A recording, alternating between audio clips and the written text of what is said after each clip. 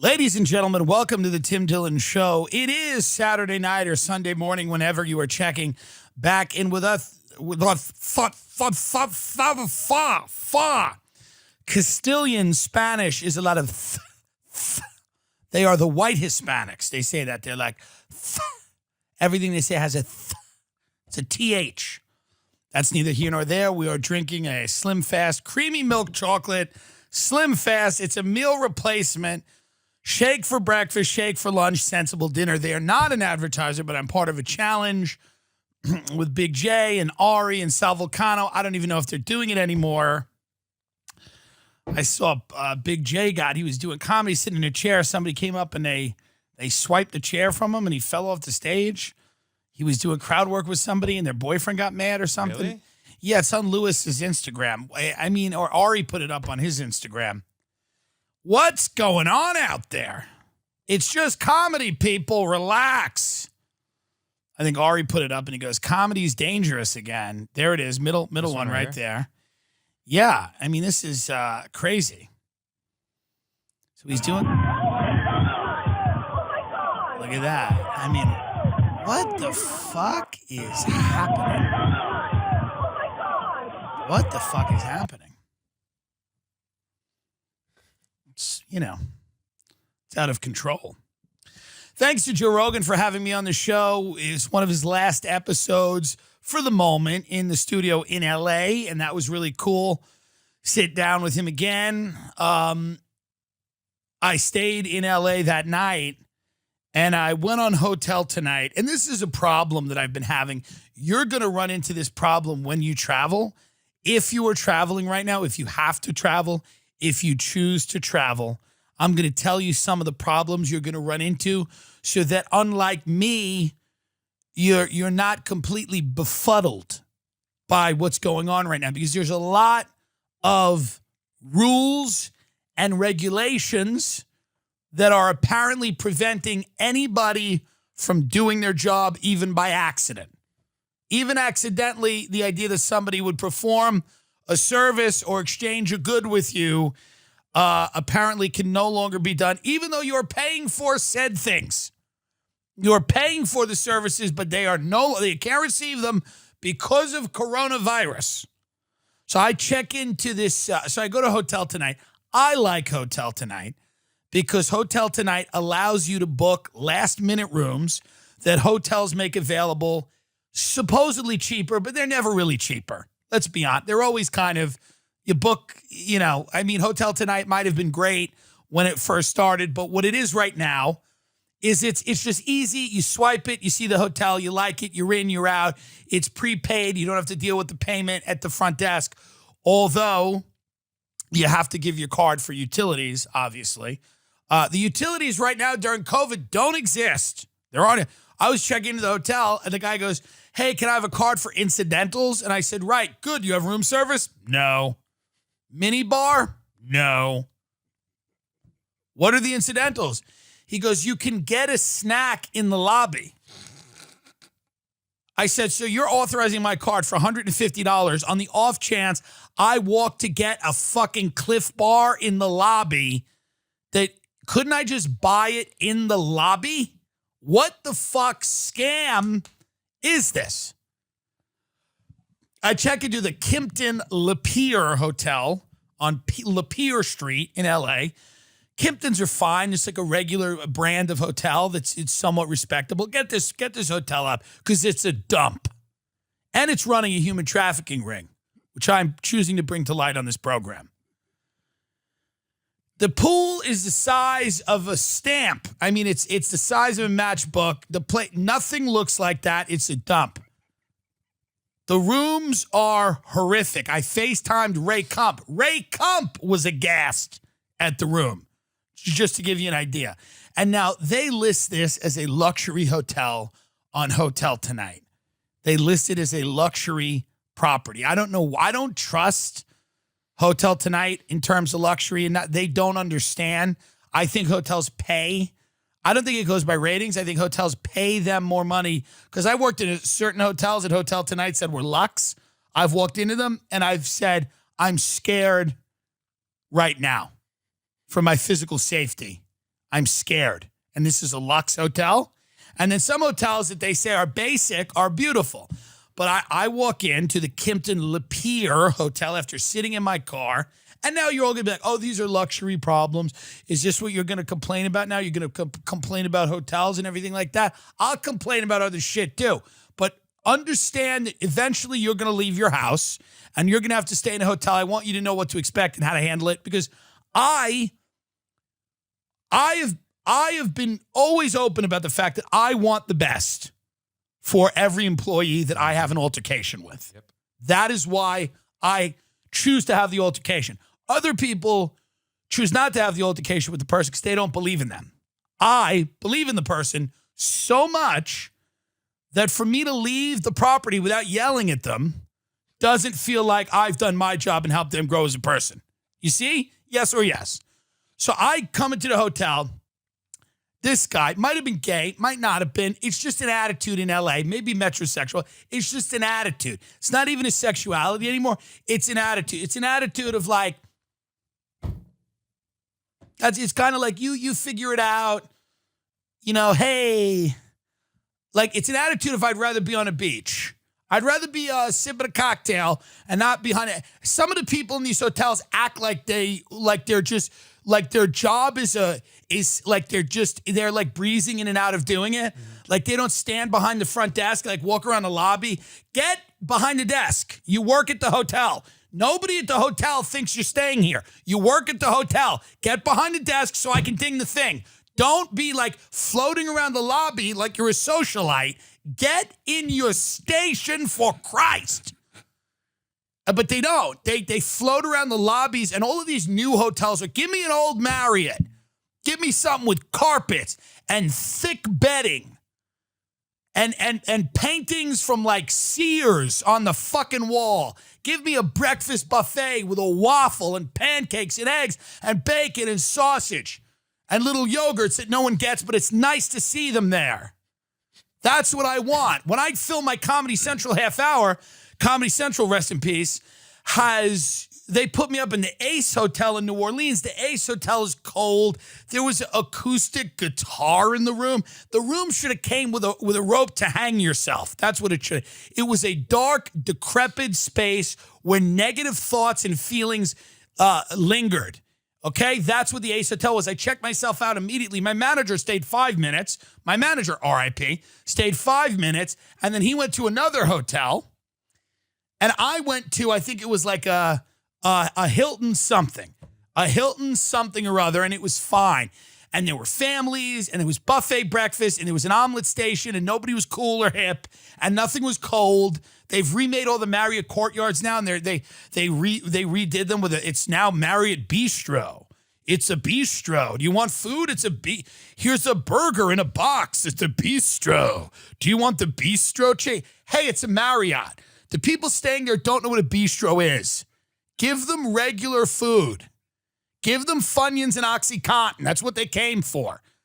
It's the bistro. And what the bistro is a glorified Starbucks. And if you've stayed in these places, you know, it's a glorified Starbucks where they give you food in a box. They give you a box, and it's always some like brioche, bun, blah, blah, flatbread. We know what's on these menus. We know what's on the menus. I just don't like this attitude of like a kind of a nice hotel where like none of the employees seem like they're employees. They all kind of float around, and you have to kind of go up to three people, go, you work here? Do you work? Who works here? There's just a bunch of guys with their chest hair out, like walking around, like trying to fuck. It's like, are you fucking me? Are you working? What are we doing? So I finally check in, and God, this Slim Fat. And what do you think of it? It's not good. It's not great. It's the best flavor too. I mean, the French vanilla, it's literally coffee creamer. You want to vomit. The guy that checks me in, he gives me 2 cards. I say, can you give me something with a balcony? Because I'm going to smoke in the room. That's the reality. I'm going to smoke in the room. It would be easier to cover it up with a balcony, but don't force me to go old school. Don't force me to go old school and blow the smoke right in the toilet. I will. It's my vacation. So I want a balcony, or at least give me a big window I could hang out there. Last night, there was a big window in LA. I was talking with several of the homeless people. I was trying to rouse them up to have them come in the front and, cause a little problem. I couldn't do it because many of the homeless are lazy, and that's why they're where they are. But I was trying to get them together. I promised them, I said, there's more cigarettes and money if you go into the lobby and just start some shit. I said, there's 6 of you. They can't arrest all of you. Just go and show of force. Start throwing things around. I even described the guy I wanted them to pay a visit to, and they did nothing. Weak. But I need a little bit of a fucking window open. I need something. I'm going to have a cigarette in the room, and I don't even smoke, but I'm going to have a cigarette because I have a pack of cigarettes on me, and I'm going to have a cigarette in the room. Why? Why not? It's my vacation that started at 4 p.m. right after I left Rogan's studio and ends in the morning. And here's the other thing. I do late checkout whether you give it to me or not. We could do late checkout 2 ways. You can give me the late checkout at 12 or 1, or we could have the maid bang on my door and I'll pretend to be dead until she comes in and I'm laying there bare ass on the thing and she says, "Adios mio." I imagine that's what it is. And then she runs down the hall. It just is what it is. Let's do them easier. So I'm going to smoke in the room and I'm staying later than I should. I'm a good guest, really. Not a bad guest. I'm telling you up front the things I'm going to do. So this guy gives me these 2 room keys. My whole life is hotels. Before this quarantine, I was just in and out of hotels all the time. Every fucking week. Checking in. You know how many fucking cards, hotel cards I have in my wallet I don't even use from all over the fucking country that don't work. They don't work. And you got to go back and go, it demagnetized. Well, that was you buy your keys or wallet? Yes. In fact, my keys and wallet are always in my pants. So what should I do with the card? Should I put it between the crack of my ass? How should I hold the card? I'm always back at the fucking front desk because shit's demagnetized. So he gives me these 2 cards. I go in the elevator and they don't work. The cards don't work in the elevator. So I go, okay. I'm like, maybe it's me. So I walk to the front desk and he goes, okay, I'll help you. You know, he's not, of course, not at the desk, not at his position. I got to go wrangle him because he's like strolling around the lobby like he's, owns the property. And I got to go, hi, remember me? I'm staying here. So I get him. He goes into the lobby, into the elevator. He's doing the cards. Nothing. They don't work. So I say to him, okay. And he goes, yeah. He goes, I'm sorry. And he goes like this. He goes, I'll call engineering. Excuse me? You're going to call engineering and I'm going to stand there in your lobby while an elevator mechanic with COVID comes over? No, I just said, check me out. What I said, check me out. Just like that. It scared him a little bit. He was a little twinkie, fell back. I said, check me out. He goes, what? I said, check me out. Check me out. Almost like I was saying, check me out, like fuck me. He goes, wait, what's going on? I said, I want a refund, right? He goes, I'm not waiting for engineering, bro. You need to have elevators that work in the fucking hotel. It's non-negotiable. That's part of the thing. I got to get to my room. I just stand there. I said, I want a full refund. He goes, we got to talk to the hotel tonight. I said, I will. I said, I want a full refund right now. Then he's getting real flushed. He goes, well, I don't know why this is happening. He goes, maybe it's human error. He goes, oh my God, I know what happened. He goes, your room wasn't. So then he goes like this. He goes, I'll just buzz you up with my key. So he buzzes me up to the key. We get to the 2nd floor. We get to the room. Doesn't work. He goes, oh, I know what happened. He goes, you asked for a room in the balcony. He goes, as you were asking, I had put you in 210. The balcony room was 310. So I authorized you for 310, but now we're at 210. At that point, I considered, he was a smaller gentleman, I considered just kind of mashing his face with my hand and like just putting him up against the wall and then try to start choking him, like try to block his hands and then get in there. But I said, okay, so we go back down to the lot. We go back to the lobby and he finally authorizes the right keys to work. But I mean, I was just, this is what these hotels are asleep at the switch. There's one person working. They're not bringing anybody in. There's no room service. Why is there no room service? He goes, because of COVID. I go, why don't you leave the food outside of the door like Postmates has been doing for 5 months. They've been doing it for 5 months. And you can't? Get the chef in here now. I don't care if he's on 3 ventilators. Get him in the kitchen. This is my vacation. And it's important when you check into a hotel now, even if you're clearly not on vacation, say you're on vacation. I always do. I check into a hotel for one night. I say, I'm on vacation. What are the attractions? Make them tell you about the attractions. I've never been to Los Angeles. What are the attractions? Tell me what they are. I said, is the Museum of Wax open? I try to ruin their lives. It strengthens them. I said, can I go to the Hollywood sign? Is there a shuttle? Ask dumb shit. I say, is there a shuttle to the Hollywood sign? And then always follow up a stupid question with an even stupider question and then go, and when does it leave? Because then they're flushed and they have to go, well, hold on, wait a minute. You can't, there is no shuttle. You can't even get there. What? And I go, when does it leave? Did I miss it? Don't hear their answer. Go right back at them. Did I miss the shuttle to the Hollywood sign? I'm on vacation. Also, tell them right away, go, I have COVID. Then go, I've always had COVID. Everywhere I walk in now, I go, I've had COVID since I've been a child.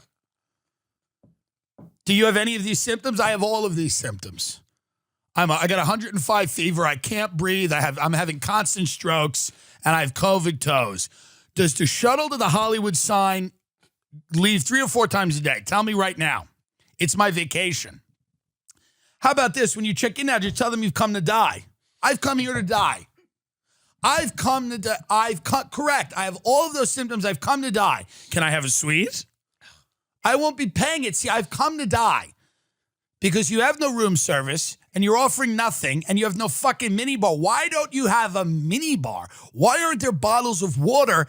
Because of COVID? This is Hurricane Sandy in Long Island. My loser friends for 5 years, the reason they wouldn't do anything was Hurricane Sandy.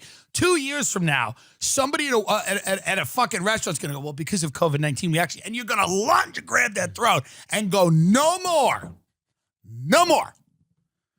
After a certain period of time, we got to fucking enough. Because of COVID, you can't put food in the hall. So I'm forced to smoke illegally hanging out of the window of your building because I need something to fill my appetite, which cigarettes historically are quite effective at. So I have to do it. Wait, you don't have, I even say it to I'm going to have to smoke in the room. They go, it's a no smoking premises. I said, well, then get me food. They go, well, we don't have any food because of COVID. I go, well, don't you see that this is untenable arrangement? I'm supposed to sit there with no cigarettes and no food, upset in this dump. Place was a goddamn shithole. And they're running a human trafficking ring. Kimpton Lapeer in West Hollywood. All these new, hip, gay, like hotel boys, it's like we need to do a little work. Gentlemen, give me an angry Les in there, please. Can we get a competent angry dyke now? I want an angry dyke. I don't even want a happy dyke. I want a barn-burning, fucking vicious, loves her father, thinks her mother's weak, badass bitch to get in there. I want fucking loafers with no socks, cropped short hair like Sergeant Slaughter. I want a woman that looks like Sergeant Slaughter running the hotel, not this fucking Ecuadorian gay coke twink who doesn't understand my needs. A big old dyke understands a meal. She understands that a meal needs to come to that room in some form or fashion. I don't care if you pay a fucking couple of hookers to grab a pizza and shove it in my ass. You have to figure out a way to get me fed. If not, you got to put me in a boiler room with a pack of cigarettes and a fucking ashtray. I don't want to hear any different. I don't want to hear it. Give me a barn-burning, barn-raising Sergeant Slaughter dyke now. And I ask for that. I say that when I check in the hotel. I say, can you get a Sergeant Slaughter dyke here, sir? You know, one of the big tough ones. that holds herself and this establishment to a stand. Not one of these intellectuals like Katie Herzog. I mean a tough bitch. Somebody who's been in a few street fights. Maybe she's done some time in jail, but she's turned herself around, and now she loves this corporation like she loves the children she'll never have. She takes the check-in process a bit more seriously. I want to be a little afraid of her when I check in. I like somebody with a little authority when I check into a hotel. I'm just a little disappointed at what I feel. I feel that COVID-19 is enabling businesses to only bring back a small portion of their workforce, and then you're paying for all these amenities that no longer exist. The rates have not fallen. The room rates have not fallen. It upsets me. And I'm doing this for the families. I don't even care about myself. I'm doing this for the families out there. They're trying to take a vacation to West Hollywood to see the attractions. That's who I speak for. I speak for the families. Mom and Dad, Susie and Jimmy and little Tommy and Tamara. Those people, the good salt of the earth, middle American potato farmers who are coming in and they're staying at the Kimpton La Pierre Hotel because they want to take their kids and show them all the TikTok stars at Boa Steakhouse. They want to show them the junkies, whatever they're going there for, whatever it is. They want to show their kids what this beautiful city of Los Angeles is and everything that it signifies to the larger country, which is so much. And I'm fighting on behalf of them. Privacy matters. Privacy is very important, especially now. The government is a papaloop. The government is a totalitarian Orwellian nightmare. I mean, are we not living through it? So what do you got to do? You got the arsenal, the homestead. You're going to prep her. You're going to do all the things, learn how to cook. But really, it's ExpressVPN. The government can't monitor what you're doing online. It lets you access the internet as if you're from a different country. Netflix has different shows and movies available depending on where you are. So you could watch all the cool shit that fucking British Netflix gets. All their movies, everything, dude. All over the world, every streaming service is all available to you. ExpressVPN. It's easy. If you use my link right now, expressvpn.com/Tim Dillon, you can get an extra 3 months of ExpressVPN for free. That's 3 months of free VPN. If you use expressvpn.com/Tim Dillon, you will never be stopped from consuming the movies and the TV shows that you want all over the world. So many great shows. What does Russian Netflix have that we don't have? You don't know. But it could be great. What about Chinese Netflix? What's going on Chinese Netflix? What do they got there? It's just House of Cards, but Kevin Spacey's played by a bat. Chinese Netflix. House of Wings. Just a bunch of bats dancing. But why not have that opportunity? There are hundreds of VPNs out there, but ExpressVPN is ridiculously fast. It's stupid fast. It's stupid. You stupid. It's so fast you don't even know what happens. You can stream everything in HD quality with zero buffering. ExpressVPN is available on every device. Phones, laptops, tablets, even your TV, your television. Your TV. You can get it on your TV and your tube. I'm going to watch a little tube. That's how people used to talk. They used to go, how you going to watch a little tube? And they would sit in a chair and watch the tube and die in a world.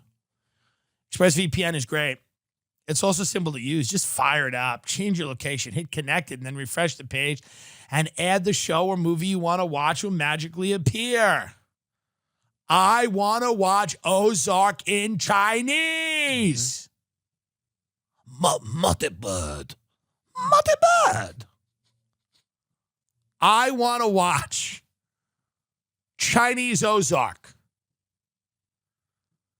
They call Ellen Dancing Lady in China. What do you think they call Ozark? Stupid show? Take that. Hey. Hey, take that.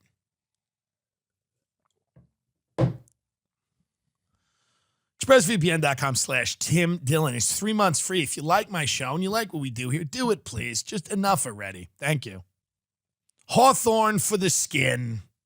I love Hawthorne. When I remember to use it, my skin looks good. It looks bad right now because I didn't use it. It smells great. It's premium quality ingredients, convenient, easy to buy online, luxurious packaging. I'm telling you right now, you go to the quiz. It's very interesting. It's a 2-minute quiz, and Hawthorne tells you the 2 colognes that are best for you. One for work and one for play. Totally risk-free without shipping and free returns, okay? I'm telling you. What is this, a cream or a cologne? They sell all sorts of products. They got it all over there. What's your problem? What are we slinging today? All of it. The clone, all of it. Hey, it's all for you. You got a face that looks like it was rubbed against a brick wall? Get the moisturizer. Smell like shit? Get the cologne. Get it all. Hawthorne is probably made by like politically correct, genderless people in a Massachusetts farmhouse, just churning the ingredients together. They go right to your disgusting face. So at least your horrific face, you got your eyes close together, bad breeding, big gonzo nose. Doesn't matter because at least you got soft skin. And you take the quiz. That's what's best. And the quiz is easy. It asks you questions, not hard questions like discuss the role imperialism's played in that. That's not it. It's other things that are simpler. Like, I don't know. Like, does your face look like it got pushed up against a cheese grater? How would you rate your face? Poor, horrific, elephant man. Those are the 3 categories. Take the Hawthorne quiz. When you look in the mirror, do you A, wish you were a different person, or B, want to die? Where on the spectrum are you? 1 and 10. 1 is, man, I'd like something different. 10 is, God help me, I want to end this. We've got a cream for you. What does it smell like? What do you smell like? Do you smell like a sad gym teacher who drinks a little too much? Or do you smell like a cabbie who's just rotting in a car that's been left on?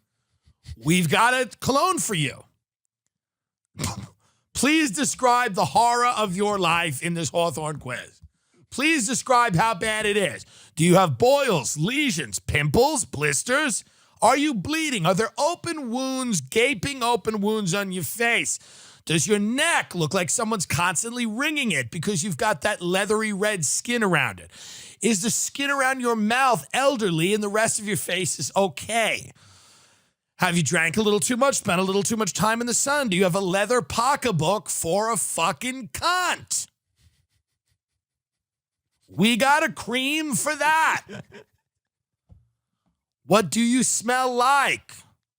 How bad is it? Does it smell like the stench of death? I'm telling you right now, Hawthorne can help. It's a 2-minute quiz. Rate your face on a scale between crumbling brick wall and sunken boat. Rate your skin between victim on the first 48, who's starting to turn, okay, and Dick Tracy villain. How bad? Remember Mr. Prune? Hawthorne with an E. Hawthorne with an E. HAWTHORNE. Hawthorne.com. And I'm dead serious. It's great product if you use them religiously. You get 10% off your first purchase. That's HAWTHORNE.co, right? .co. I'm saying com like an idiot. Who's correcting me? Not my producer. I was about to. I love you so much. Hawthorne.co. That's Hawthorne.co. And use my code TIM to get 10% off your purchase. I'll say it again for those of you who are in the back. Hawthorne.co. I'm changing my opinion a little bit of Boa Steakhouse, which I didn't love when I had dinner there in Santa Monica with Ben. But now that I went to the West Hollywood location and I went with Spade, and Spade's respected because he's famous. They were a little better, and the king crab gnocchi is actually very good. And the people watching's fun because it's all TikTokers and rappers and drug dealers and, the people that run the country, quite frankly. The only people left, all this rage at Sarah Cooper for getting a Netflix special. Dude, who gives a fuck? She's not my favorite, but who cares? Yes, she's going to get a Netflix special. Yes. I mean, what do you want me to tell you? Who cares about a Netflix special? What do you think? What art do you think is on its way, folks? Just like when Kamala Harris gets picked, everyone's shocked. Oh, what? No, but she was a cop and yeah, guys, she's a black woman. That's what they wanted. That's what they needed. Michelle Obama wasn't doing it. Susan Rice, not really political. Kamala Harris was hardened political campaigner. She's won races. Yes, she's going to put you in jail. Yes, you're going to jail.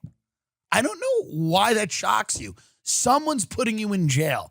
You vote right now based on who do you want to put you in a van. What party do you feel better putting you in jail? That's what it is. That is why you're voting in America right now. Which party, which political ideology do you feel better if it's behind the people that take a boot and stomp on your face while they're throwing you in an unmarked van to the gulags? That's all. That's it. There's not, but the taxes are high or low. No, it's who do you, when you get clonked over the head, when a bunch of guys come at you and they don't have badges on, you can't see them, and they come at you and they just put a bag over your head and they throw you in the van. When you're in that van and you got a bag over your head and you're heading to a black torture site, who would you rather be doing that?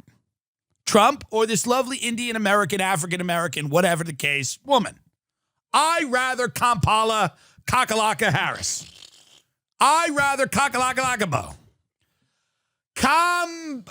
Campania Kabalala Yeah Harris. That's what I rather, personally. I don't want Trump doing it. He's done it enough. Let's give Campayo Harris the chance. Do you understand? Give Tame Impala Harris the keys to the cell. We're all going to jail now. She put a lot of people in jail, but I imagine that's fun, right? I mean, if you can do it, I imagine it's kind of fun to just throw people in, And yes, we're going to do prison labor for corporations. That is what, but it's gonna kind of be. Have you ever seen the movies where you're next to someone else and you're just on the side of the road and you're doing labor for the state or for the town, or you're making little trinkets for Walmart or whatever, and you get paid 15 cents an hour? Hey. What's coming? Ain't nothing to do about it. Ain't nothing to do about it. So just feel good. Feel good that Camaranga Harris is going to be handling it.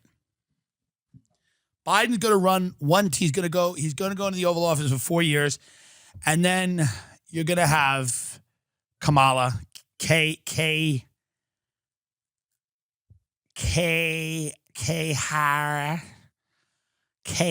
Can you say K-Ho? I'm saying she's a hoe, but K-Ho, K-Ha, K-Ha, Kaha, Kaha, Kaha, Kaha, Kaha, President Kaha will then put you in prison. And you'll thank her. Hey, thank you.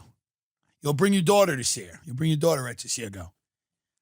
My daughter was very excited that she could meet the first woman of color, vice president. Yeah, well, of course. No, of course. Of course. Yes, thank you. My daughter was very excited to meet okay, I'll put them up. I'll put them up like this. Okay. My daughter is just so excited to meet. Yeah, and we sent you her measurements for her handcuffs. She has very small wrists, so we have those as well. But she was very excited to meet you. Thank you so much. Thank you. Yes. No, it was good. It was a good, thank you. No, I mean, listen, it's just a beautiful time for the country. Okay. Thank you. Thank you. In the van. Clink. In the van with Kamala.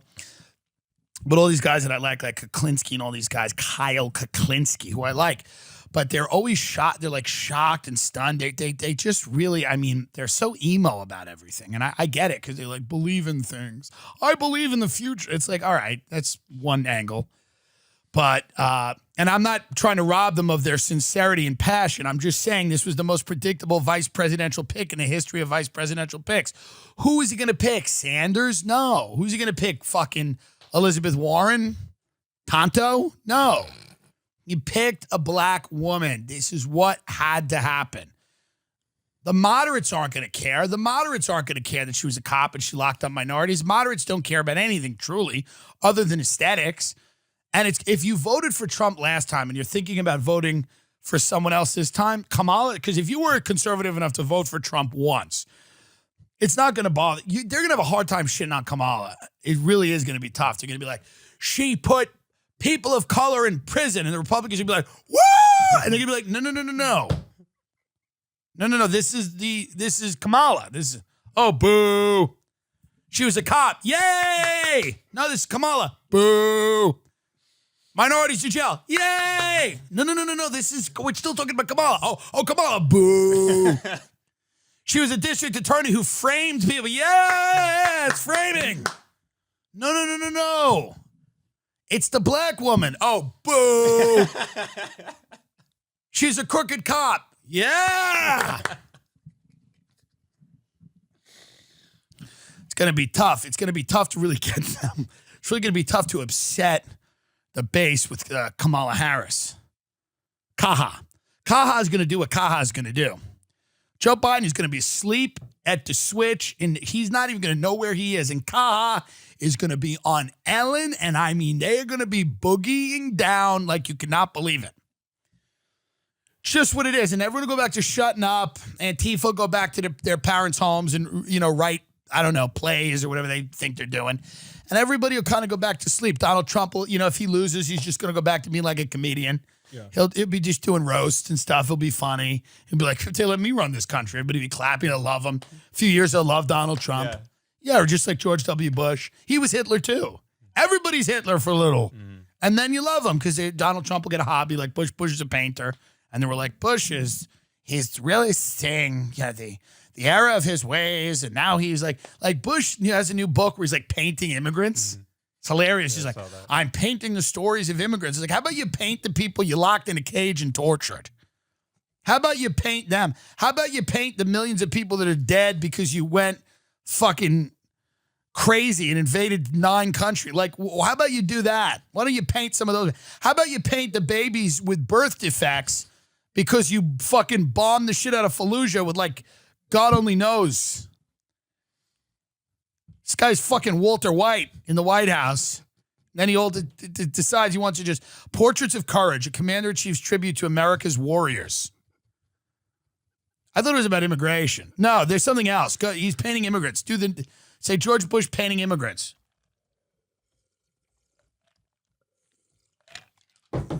This Slim Fast tastes like the 80s. Like it tastes like it's made by taking like cocaine, a chocolate bar, and an air freshener and blending it. It's exactly what it tastes like. Out of many, one. Portraits of America's Immigrants, George W. Bush. Look at the photo here. We got a Muslim, a black, a Hispanic guy, one of those dykes I wanted up to the left to run the hotel. Yeah. You got Bush's weird version of himself in the far left. Then you have a Pacific Islander. I mean, this is the Comedy Central half hours they're giving out. This is the Variety Top 10 Comics to Watch list. It's true. This is everybody who's getting a Netflix special in the next 12 months. George W. Bush painted them. How great is that? Look at that guy to the right. Some Eastern European Nazi on the bottom right. Who the fuck's that? When's the last time an immigrant came to this country looking like that? That guy's not an immigrant. That guy's a bartender who can't get hard, so he takes his energy out beating people. What kind of immigrant is that? Some weird Scottish race realist? George W. Bush's painting. None of these people. And look, what is the fucking thing on the left? That looks like Bush. Yeah, it does. That's a creepy version of Bush. Who's up on the upper left here? Martina Navratilova, the tennis player. What is this? A little more than a year ago, President turned painter George W. Bush set out to make a series of portraits about American immigrants. Well, mission accomplished. I mean, Trump will do something like, now obviously it won't be painting because Trump will never waste his time, but Trump will come up with like a line of chocolates. You know, like Bush painting immigrants is akin to like Trump putting out a line of like chocolates in the shape of historic black figures. Like he'll come out with a chocolate shaped like John Lewis. He'll have busts of civil, like Rosa Parks. Yeah. He'll have a and for the ones that are darker, we use the dark chocolate, and for the lighter ones, we use the milk. No, it'll happen. He will have busts of African American figures of history, chocolates. He'll partner. He'll do a thing. He'll try to knock Godiva out of the market by selling, you know, equality themed chocolates. And he'll do it during February, which is Valentine's Day and Black History Month. I mean, this is already a great idea. That's what Trump will do. Trump won't paint. He'll do something so repulsive, so incredibly repulsive, that everyone that hated him will somehow like it. It'll be so bad, it'll be good. They'll be like, he's really trying to do the right thing. Look at this bust of John Lewis. Ooh, it's delicious. This Rosa Parks is tasty. Is that almond? That's what he'll end up doing. He'll release busts of African Americans in chocolate to the country, and people and the media will go, okay, because they'll have a new boogeyman at that point. They'll have a new Hitler. I don't know who it'll be. It'll be someone to fixate all their ire on. Not saying that he doesn't deserve the ire he's getting now. A lot of it he does. But they'll have someone new, and then that'll free up Trump to do the version of this horse shit that George W. Bush is doing. He's fucking painting. Can you imagine a guy destroying Earth and then just going and painting? Right. I mean, this is a guy, Iraq, Afghanistan, torture. I mean, everything. The mortgage crisis. I mean, it's that great Cat Williams joke. That mother fucked up everything. Air, water. Like, I mean, to just lock yourself and just start painting is truly amazing. He's trying to get good at something. That's when you kind of, the one thing you got to respect about Trump is he kind of vanquished that family. He kind of took out the Bush dynasty. Yeah. It's a crazy, and even in Texas, you go back to Texas, they barely care about the Bushes now. It's Trump motherfucking country in Texas. They're not like, oh, we're upset. Like maybe a few of the old school guys are, but primarily these motherfuckers are like, they're on the Trump train hardcore. They're like, fuck these pussy Bushes. We want a real president. President who applauds the people down there in Charlottesville marching for our rights. Marching for our rights. August was always the best month when I was growing up in terms of summer and in terms of, you know, you knew you had to make August good. You know, a fat woman named LaFawn, white woman named LaFawn, who I used to smoke pot with, said to me, she goes, August is always the best month because you know you have to make it good before school. You got to get it all in. So I hope you're getting it all in. That's why I started with a little rant about the hotels. I want to protect you. I'm protecting you and your interests. That's primarily what this show does.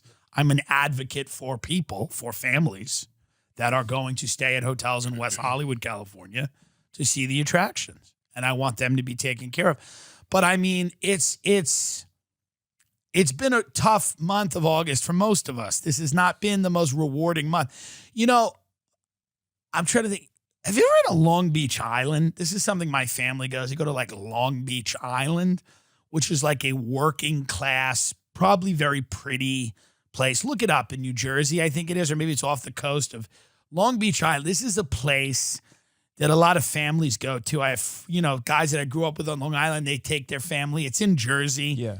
And it's a lot of people rent houses there. You know? My parents rented a house nowhere in the summer. Our summer was exactly like our winter. The same house, same residence.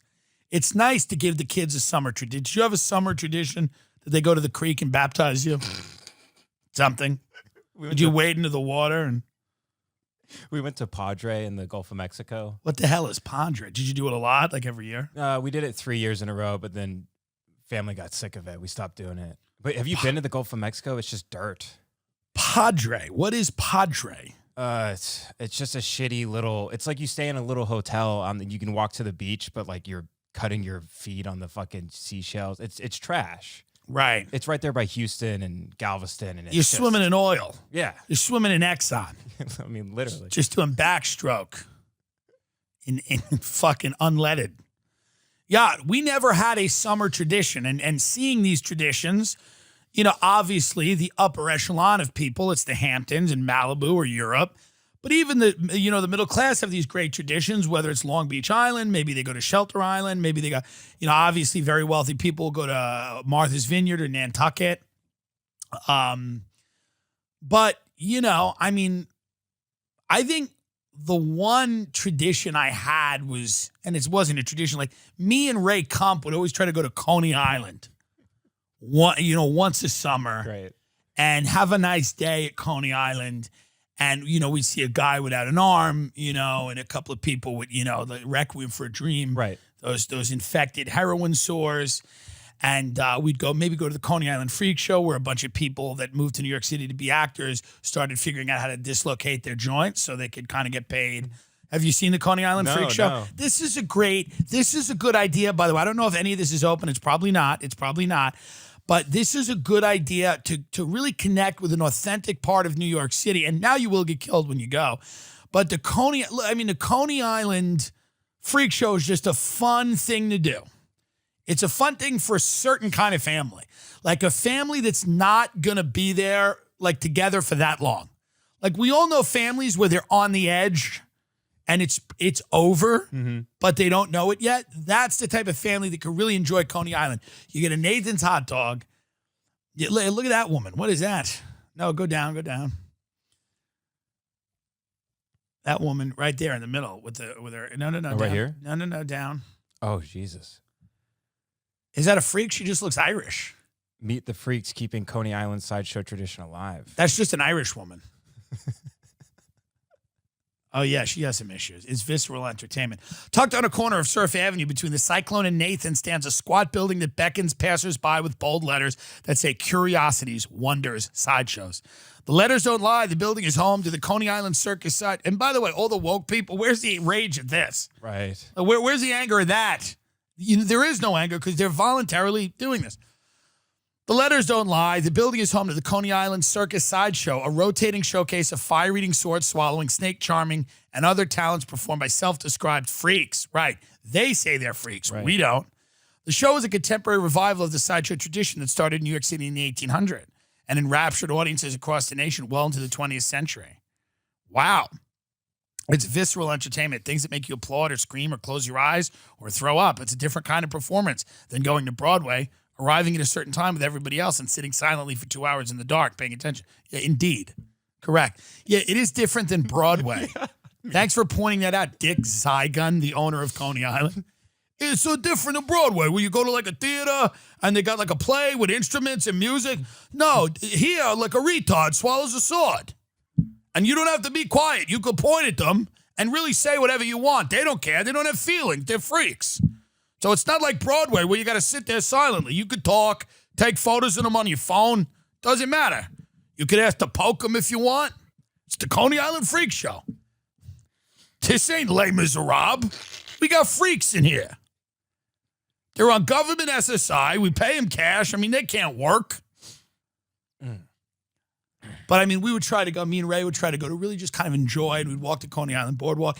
One of my favorite times we were there, and I've talked about this on the show before, we had a father-son con team, a team of father-son con artists. And a young kid who was like 10, and then his dad came up to me, standing there with Ray, and the dad comes up to us. We're waiting online to get tickets to we weren't even online yet for tickets to the Cyclone because I was going on it. Ray's too fat to be in the Cyclone. He'll break it.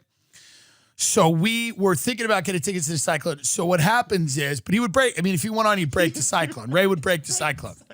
He would break it. It's a legendary thing, but he would probably break. I would strain it greatly, but me and Ray together we would break it. It would be over and everyone would die. It would be in the news. If me and Ray got on the Cyclone, it'd be in the news, pretty much. I think. I'm pretty sure. It's an old wooden roller coaster.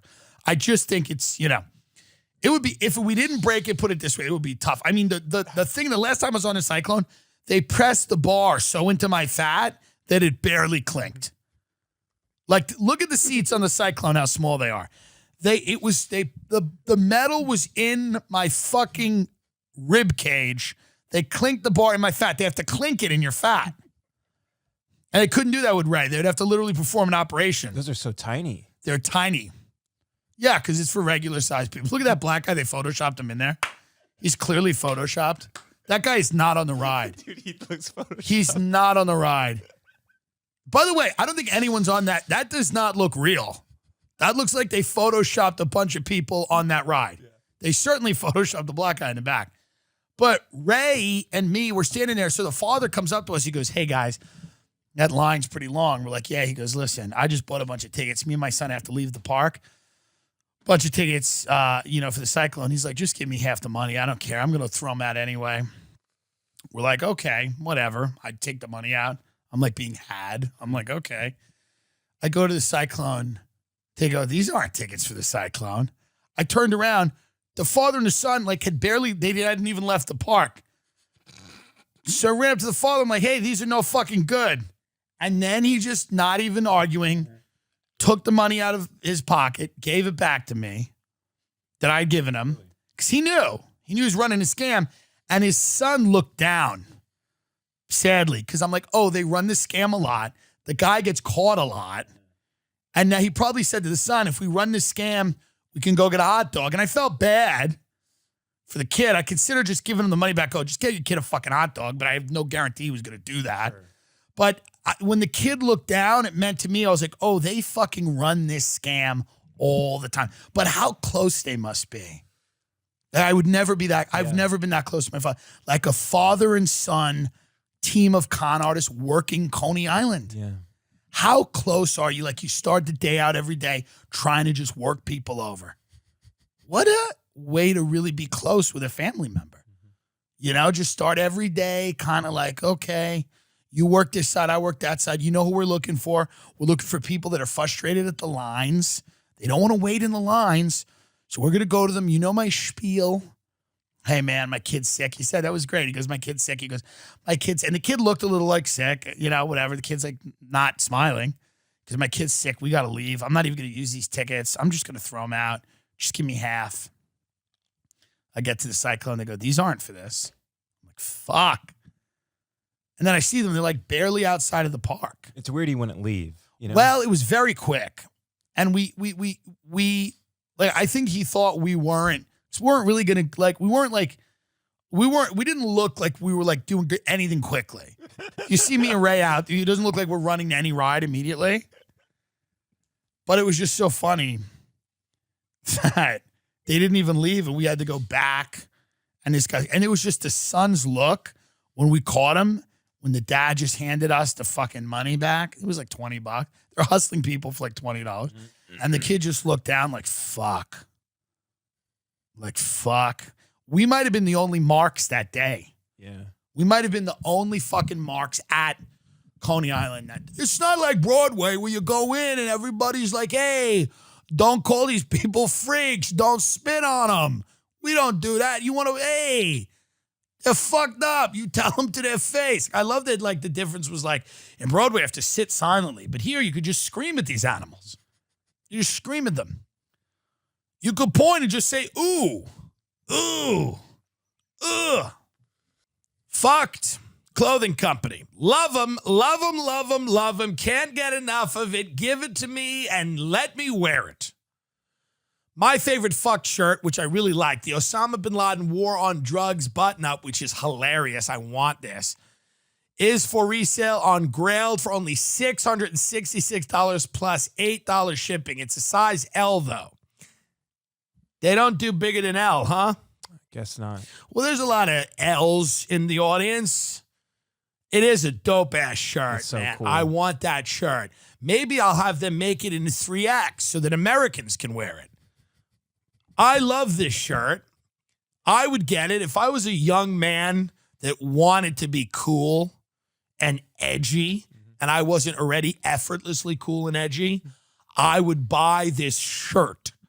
that has Osama bin Laden on it and a war on drugs button up. It's great. I really like this.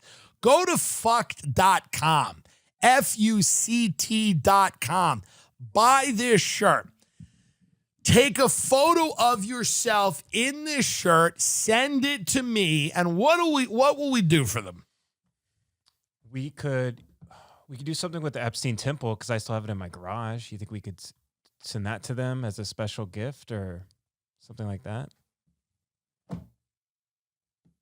No? I kind of want to keep that. Yeah, me too. I want to turn it into like a cat house for Oscar or something. I want to do that. Yeah.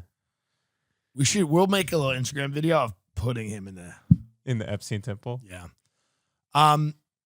So this isn't even for sale on their website. This is on Grailed. Yeah, you got to go to grail.com. It flies off the shelves here. That's why it's only size large. Yeah. Flies off the shelves. You could resell this stuff at a really high price. You could resell it and retire.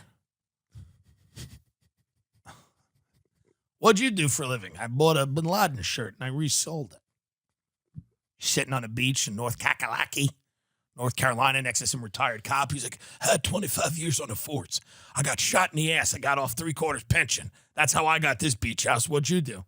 I listened to a fat guy yell, and then he said that I should buy a Bin Laden shirt. I did, and I resold it. And now I'm living here. Solutions are not the answer. I like that. It's true. There are none. There are no solutions. Get the things that make you happy. One of them will be go to grailed.com, right? And fuck.com. Well, this shirt's only on Grailed right now. You got to go to Grailed. Let's see if there's anything on Fucked right now. What's going on Fucked? What happens on Fucked when they don't have the clothes? What goes on over there? A little CP? You could just join the mailing list. Just join the mailing list, man. These guys are exclusive. Are we going to find out in 6 months this whole thing's a front for CP? That what's happening? I hope not. They're sitting there somewhere like this fat idiot keeps reading these ads. Join the mailing list. Join the mailing list. Who's this running Fucked? Who's G. Maxwell? Who's head designer G. Maxwell? I love the Osama bin Laden war on drugs button up. Go and get it on Grailed. Are we on this mailing list for Fucked?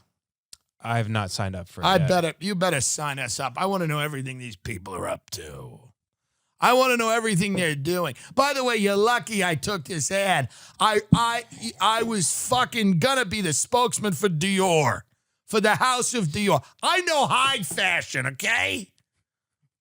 Issey Miyake, Sonia Rokiel knit, bitch. That's 90s shit. You motherfuckers want to sit down with me?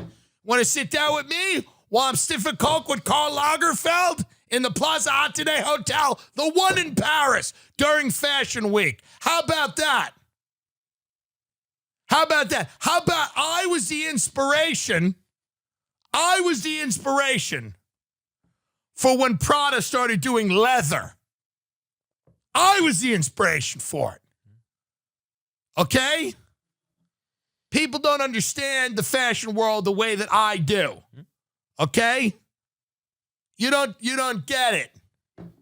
Gucci, Pucci, Roberto Cavalli, Valentino. I'm just naming stores that I've walked by in New York. But no, I'm not.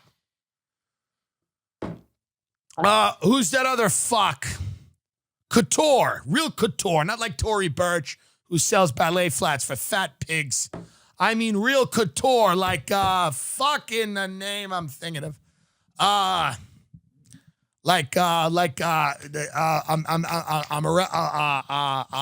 de la Renta. I was the inspiration for Oscar de la Renta's spring line in 1996.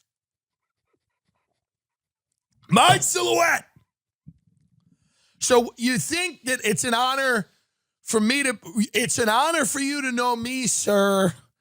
It's an honor for me to do this because if I wasn't doing this, I'd be at Chanel in a creative meeting right now. Do you know anyone at Chanel? I bet you don't. You're slinging T-shirts on Melrose Avenue to fucking rich 15-year-olds. I'm in France. I'm in Paris. I'm at Vogue with Anna Wintour. That racist. Go to fuck.com, join the mailing list, please. Thank you. If your dick doesn't work and you'd like it to work, you should get Blue Chew. Yeah. It's got the same chewable ingredients as Viagra and Cialis, but it's a chewable. Blue Chew is made in the USA. It's prescribed online by licensed physicians, so you don't have to go to a doctor and wait in line and explain to your friend from grade school that your dick don't work. It's even cheaper than a pharmacy, and they ship it right to you in a discreet package, so you don't have to say while you meet your neighbor, hey, this is my dick pills. My dick don't work. There's no awkwardness when you go to your neighbor and you say, hey, can I be honest with you? My dick don't work. And he says, it doesn't matter. I have an arsenal of guns in my fucking garage because shit's going to get real soon. And then you lock eyes with him and you're like, shit is getting real. How many guns do you have? And he says, I have 15 AR-15s. And he goes, isn't that kind of funny? And you go, I get the joke. And he goes, do those things really work? And you go, what, the guns? And you're like, no, the Blue Chews, they do. And then you give your neighbor a Blue Chew, and you never felt this way about a dude before, but you go to his house and you guys are just jerking each other off. Then you start fucking each other at gunpoint because he's got all those AR-15s, and you're fucking your neighbor with a gun into his head. And you start to think about your wife and your kids, and you're like, this is kind of weird, but you're getting turned on because you got a gun in your head, and you don't know if it's loaded or not, but it could go off, and that's making you come, and you just start coming, and it's not that old cum. It's that young viscous cum that you had in high school and college you never saw. It's like thick whipped egg whites that go into a souffle, and you just start taking that cum and you're throwing it in the air, and it's becoming diamonds right now. Maybe it's you're having a stroke, but they look like diamonds of cum. Okay, but none of that's gonna happen because it's a discreet package. So when your neighbor says, what's that? Go, probably something the wife ordered. She's always spending my money. So a discreet package keeps you from having the best orgasm of your life with a gun to your head. BLUE chew.com. Promo code Tim to try it free. That's BLUE chew.com. Promo code Tim to try it free. So if you're having those issues, why not try something free? Thank you. I was on this show, this movie, when I was a young child. It was this NYU student film called Truck Stop, made by a guy. I don't want to say his name, but I've tried to get a copy of this movie so many fucking times, and I've never been able to get it. It was just called Truck Stop. It's made in the early 90s. I was in it. I was fucking phenomenal. And it was about a guy who abandoned his family at a truck stop in New Jersey. And there was like an old shutdown diner that we filmed in, and I was there for I think it was 2 weeks of shooting. It was really good. The last scene was me and my mother and my sister getting in a big rig, like a truck, and had the truck drove us away. I mean, if we can get this, John Morning is his name. He's in the business. John Morning is the guy's name. I messaged him multiple times. Don't harass him. But if you know him, I almost may want to threaten him with a lawyer. I've reached out to people at NYU. I said, give me the fucking film. I was in this film as a kid. I want to play it for everybody to see what really, truly, what a gifted genius I am. And this guy, I was in 2 NYU student films, by the way, when you're a young kid. One was called When the Pom-Poms Stop Waving. Go to YouTube and see if you can even find When the Pom-Poms Stop Waving. It was about a cult of cheerleaders who killed themselves. And I played a kid who was had a crush on one of the cheerleaders. That was one of the student films I did, meaning you make a film when you're at the end of NYU film school. And the second one was, you're not going to find this shit. Put NYU student film.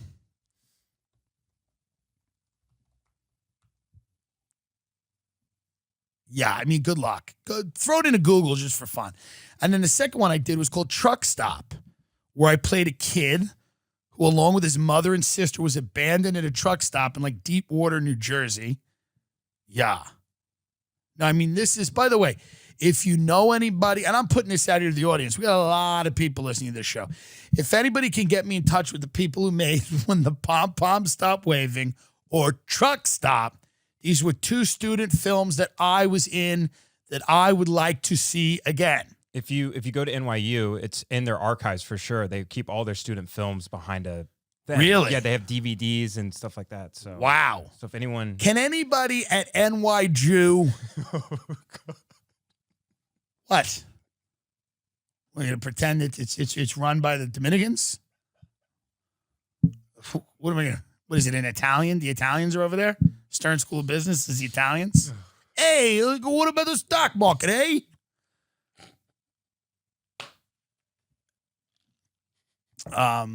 Did Sam Hyde do that joke where he said, I think he said something like that where he goes, I kind of remember him going, about Puerto Ricans. I was like, running Hollywood. Yeah, was it Puerto Ricans? Yeah, it was a stand-up clip of his. What did he say? He goes, He was like, everybody in Hollywood that runs everything. Puerto Ricans, right? It was something like that. Sorry if I fucked the. I think it was Dominicans. I remember it as almost Dominicans. I don't know. Very funny. Anyway, yeah, very funny. But yeah, I'm not saying anything negative about anybody. I'm saying just get me in touch with somebody at NYU. That's just fun. Some people say New York City. It's fun. Yeah. It's funny. It's not. It's, you know what it is? It's secret anti-Semitic. No, it's not. We're being goofs. I love Jewish food and Jewish people and also the food.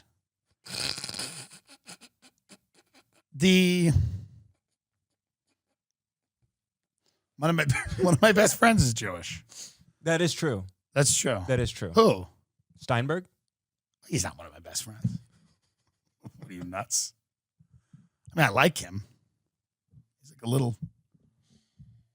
he's like a mollusk. Hello. The guy that runs my website's like a tiny little uncooked shrimp. Oh, God. He's like, hello.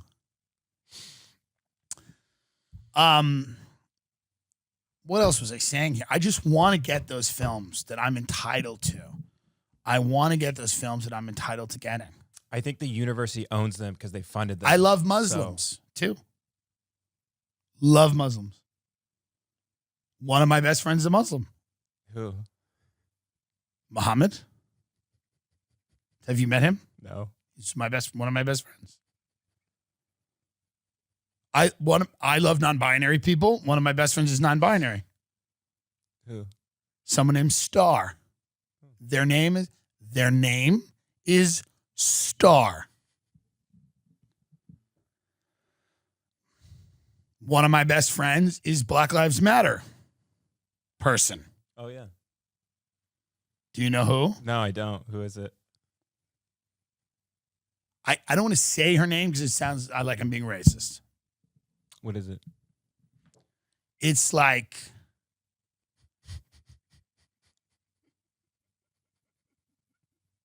Shakita, Hida, Megan Thee Stallion, Quana, Queequeg, Kaboom Boom. Imagine getting angry. Imagine being offended at this. But these are my best friends, so I'm allowed to kind of joke around about everybody because these are my best friends. One of my best friends is a cop. Mm-hmm. So I'm allowed to make fun of cops. Yeah. Do you know what his name is? Mm-mm. Derek Chauvin. He was a cop in Minneapolis. One of my best friends is a district attorney, Kaha Harris. Kampala. Kamala Yamala Lamala. Kakalaga. Get me when the pom-poms stop waving or get me truck stop. I want to see my work. That's all I'm saying.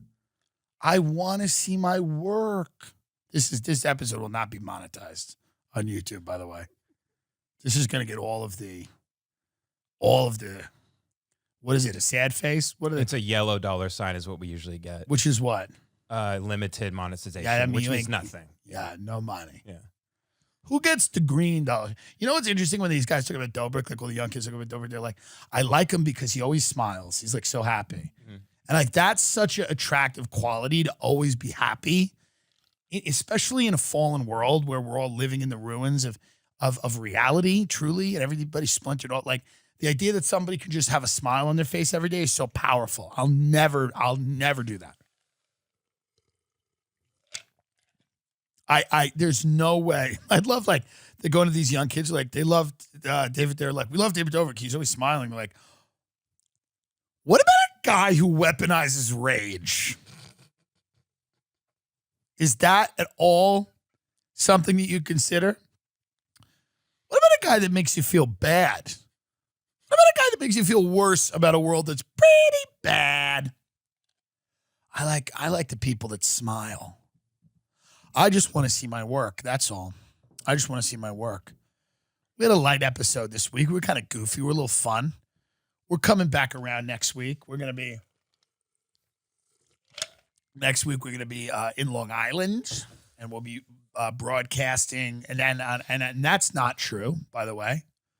We won't, because some of the things I respect the law, and I respect the quarantine law. Oh, yeah. Yeah, so it's going to look very much like we're broadcasting from Long Island next week, but we're going to design a studio in California that looks like Long Island. Right. And in fact, there will be an overweight, loud, obnoxious person doing 4 shows outside of Governor's Comedy Club that people will say looks like me, but is Amy Schumer. And that is just something that happens when you're talented and when you have 2 stars. 2 stars in the night get mixed up. People look at the sky, they can't differentiate. Oh, is that one Polaris? Sometimes it can, but a lot of times they go, it's interchangeable. Mm-hmm. Just a couple of stars in the sky. You know? So we're gonna be in New York, and that'll be fun. That'll be entertaining. I'm just, I would like to get, and we're going to try to make some videos there and everything. And going to see Ray? Yeah. Hopefully Ray will come out and podcast with us. And, we'll be able to kind of do some important work there. I'm going to see my mother and my father before they are taken from me in the second wave of COVID-19. Which I will make happen. I will make sure it happens. They will not survive this fall. Will not happen. And Benjamin will be there, and he will be filming and editing and helping me create this beautiful experience, helping curate this beautiful experience that we deliver to all of you. I'll be at the shows. Yeah. Well, someone that looks like me. Someone that looks a lot like Ben. Maybe Tig Notaro. By the way, Tig Notaro replacing Chris D'Elia. Mm-hmm. Not mad about that. Why?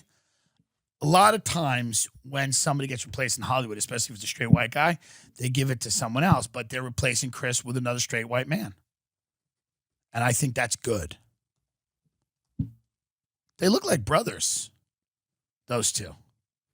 Tig and Chris. What a funny show, Tig and Chris. By the way, where's the article that proves he did anything wrong definitively? Is that coming out? We don't even see that. I guess we're all waiting on that, right? I mean, the guy's career's been destroyed. There's some weird accusations. Nobody's comfortable with the accusations. Nobody likes that type of behavior. But where's the article? The other thing with Brian Callen, it's like you're going to destroy the guy's entire career and life. And the reality is, it's a 20-year-old accusation. I'm not disparaging the woman's credibility, but when you have a situation like that where it's, there's so much on the line, everything, respect, your good name, any opportunity, your ability to earn a living. When there's so much on the line, it's a little uncomfortable to, with one article, just destroy someone's entire life.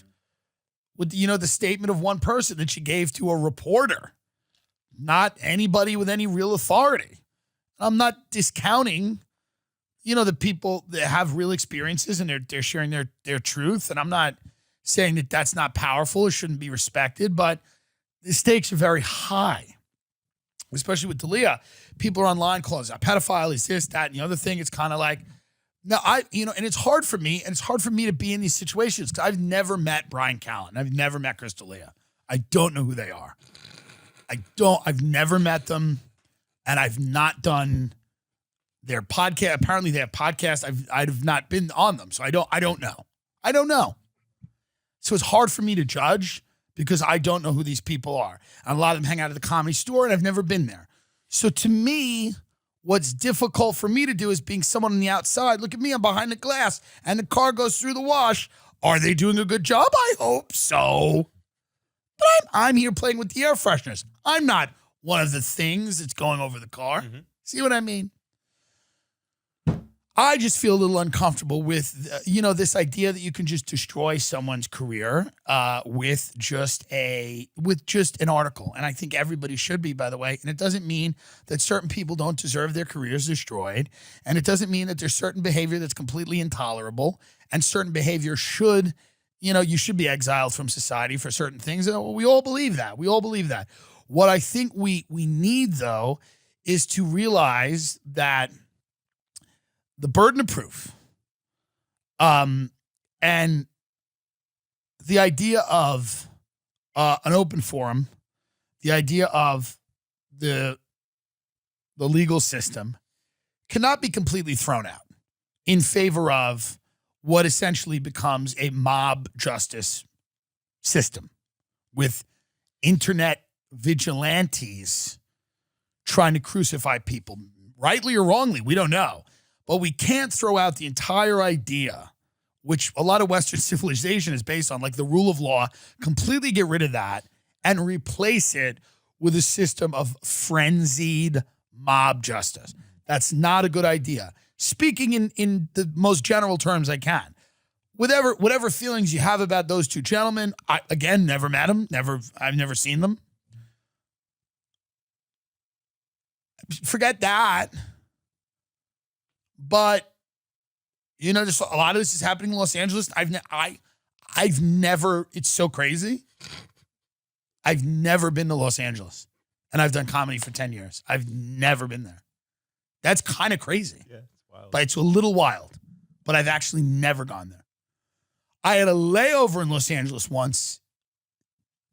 Didn't change planes. Quick, some people got off, then we just kept going. So I don't understand it. I don't get it. What I am saying is that, to me, we have a system and the rule of law for a reason, Ben said to me earlier today, he goes, I would never sue you. Just out of nowhere. Said it. Isn't that sweet? Just a nice thing for a guy to say to another guy he considers one of his best friends. I won't sue you. Just in case you were thinking I was going to sue you. I don't plan on suing you. That's nice.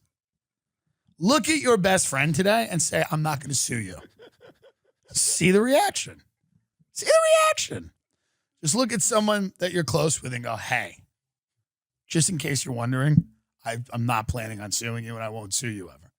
That is so important to get that out of the way. If you're at a barbecue, when you walk into the barbecue, say, hey, not suing anyone here. Not going to sue anybody. Let's have some potato salad. Am I right? Yes or yes? Not going to sue anybody. Padre, down in Mexico. Padre Island, Gulf of Mexico. Padre Island. Yeah, south of Galveston. Bring it up on Google. I bet it's not as bad. This guy's got all kinds of stories. South Padre Island. I bet it's not that bad. My parents took me to the Enchanted Forest, some shitty fucking thing up in Canada to probably sell me to human traffickers who never showed up. My two boomer parents are trying to get rid of me. He eats too many fillet of fishes. We're sorry. That's really what it looks like. I mean, that is atrocious. I mean, look at that. I mean, that is, oh my God. Wow. See, Courtyard by Marriott. You want some bistro cuisine? It's always a fucking Courtyard by Marriott. Oh my God. That is they look like they're like dredging the beach. Like as people are, I mean, this is horrific. It's a real dump. Yeah, that ain't great, huh? Padre Island. But see, it looks much better there. Yeah, but like Gulf of Mexico water, disgusting. I mean, you got to see. You've never seen the Gulf of Mexico. It's just really. Oh my God. Look at that. Galveston to checkout. Go down to there. Get that mother and that baby up. Look at that. Oh, yeah, that's what it looks like. Oh yeah. my Lord. It's freezing cold. It's just bad. God. The fish die all the time, too, because of like algae and. Go to Clearwater Beach, Florida. This is my spot. Yeah. That's nice. It's nice. Clearwater Beach is pretty. St. Petersburg, St. Pete Beach. Go get a condo on the west coast of Florida. Get a 2-bedroom condo. Who gives a fuck? It's just nice. White sand beach, baby. God, I miss Florida. I'm going to go do shows there soon. They sold out. Those shows at Governor's sold out so quickly. We thank you so much for that. Everybody who bought tickets, yes, it'll be in a tent. Yes, it's going to be in a parking lot. Yes, I got to do one of these shows. I'm not going to make a habit of it. I got to just see what's going on out there. I got to do one of these shows, even for just an academic reason, to be like, what is this about? What is it like to perform stand-up in a tent? I don't know. I still won't do like Central Park, and I don't know that I can do the street, but this is a tent. And it is it's going to be a challenge. It's the first time I'm back on stage. You saw like the last set, or you were with me at the store for my last set. I refuse to go inside, yeah. But not because of COVID. But right, because there are people that you don't want to talk to. And what's interesting about this is I've never been there. So weird. I even remember these memories that aren't real. They're not real. Thanks to Joe Rogan for having me on again. Thanks to everybody who listens, who supports the Patreon, who buys the products, who does who buys the Life in the Big City hoodies. We'll probably have another merch drop in the fall towards the holidays, People are rough right now. It's a tough economic circumstance. I'm not trying to bang people over the head with a hoodie every 3 weeks, When we find something that makes sense, we'll put it out there, But maybe things will be different when Biden and Kakalaka Harris. We're having fun. Calamari Harris. It's women in Long Island right now being like, I like Calamari Harris. She's good. She's the tough bitch.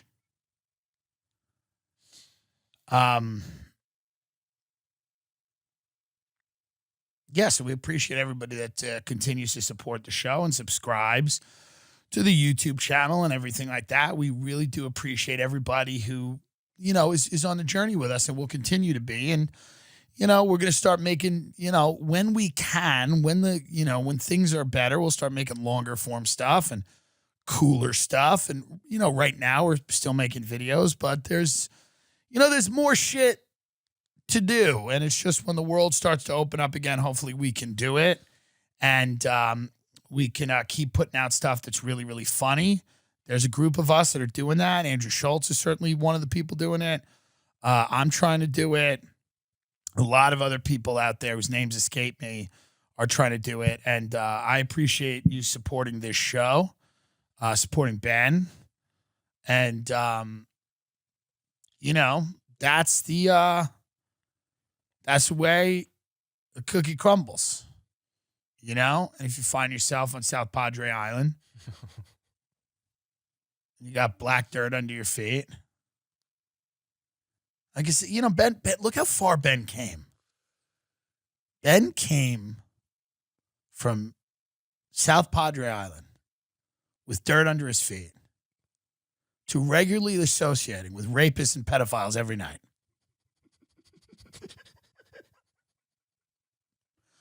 It's a comedy show. Goodbye.